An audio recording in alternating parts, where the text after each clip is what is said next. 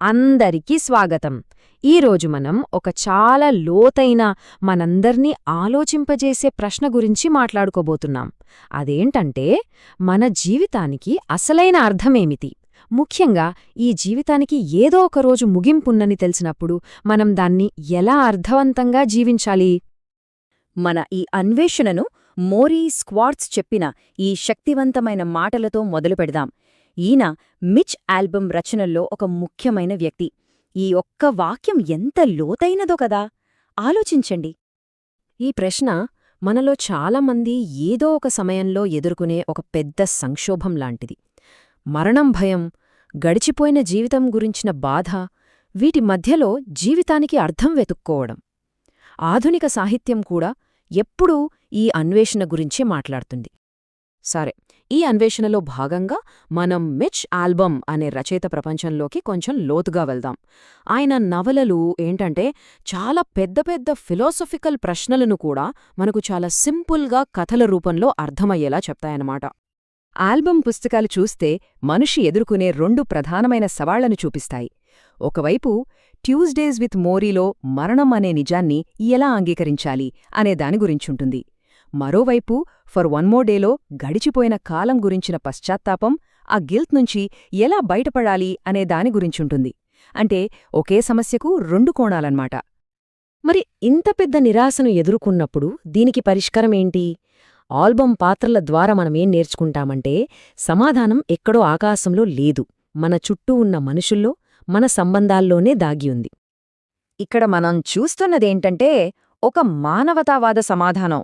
జీవితానికి నిజమైన అర్థం ప్రేమలో, ఒకరినొకరు క్షమించుకోవడంలో, మన సంబంధాల పట్ల మన బాధ్యతలో దొరుకుతుంది. డబ్బు, విజయం కంటే మన ఎమోషనల్ లైఫ్ చాలా ముఖ్యమని తెలుస్తుంది. ఇది ఇతరుల పట్ల శ్రద్ధ చూపించే ఒక అద్భుతమైన తత్వశాస్త్రం. ఈ మాట చూడండి, ఎంత నిజమో కదా! మనం ప్రేమించేవాళ్లు శారీరకంగా దూరమైనా వాళ్లతో మనకున్న బంధం మాత్రం ఎప్పటికీ బతికే ఉంటుంది. అంటే మన జీవితం పరిమితమైనా మన సంబంధాలు మనకొక రకమైన శాశ్వతత్వాన్ని ఇస్తాయి. కాని ఒకవేళ ఈ పరిమిత జీవితమే అసలు కథ కాకపోతే? ఈ ప్రశ్న మనల్ని పూర్తిగా ఒక భిన్నమైన ఆలోచనా విధానంలోకి తీసుకెళ్తుంది. ఇది చరిత్రలో కొన్ని కోట్ల మంది ప్రజలు బలంగా నమ్మిన ఒక భావన. అవును, మనమిప్పుడు మాట్లాడుకోబోయేది పునర్జన్మ అనే కాన్సెప్ట్ గురించి. ఈ ఆలోచన వేల సంవత్సరాలుగా మానవజాతి ఆలోచన విధానాన్ని ఎంతగానో ప్రభావితం చేసింది. సింపుల్గా చెప్పాలంటే, మన శరీరం చనిపోయినా మనలోని ఆత్మ మాత్రం చనిపోదు. అది ఇంకో శరీరంలోకి వెళ్ళి తన ప్రయాణాన్ని కొనసాగిస్తుంది. ఇదే పునర్జన్మ.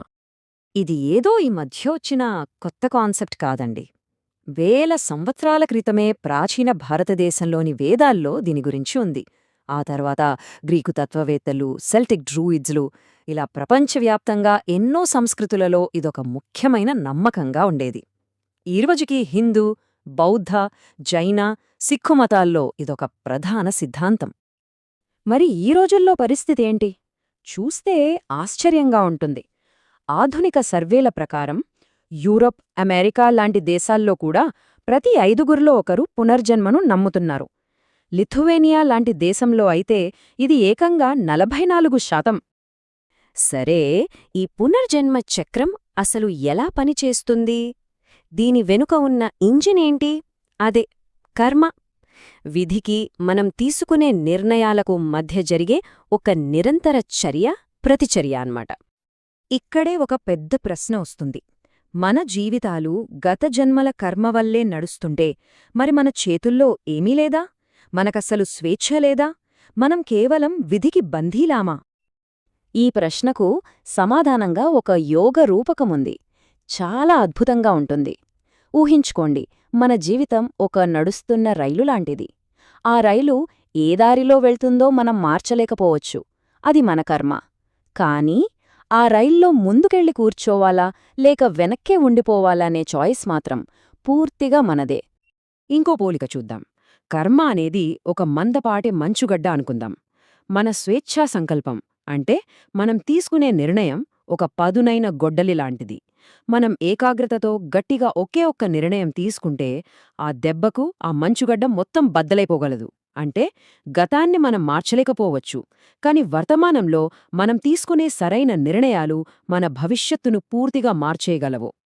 పునర్జన్మ అనే ఐడియా చాలా సంప్రదాయాలలో ఉన్నా కూడా అసలు ఏది మళ్ళీ పుడుతుంది అనే విషయంలో మాత్రం చాలా ఆసక్తికరమైన తేడాలున్నాయి. ఇక్కడే అసలు మజా ఉంది.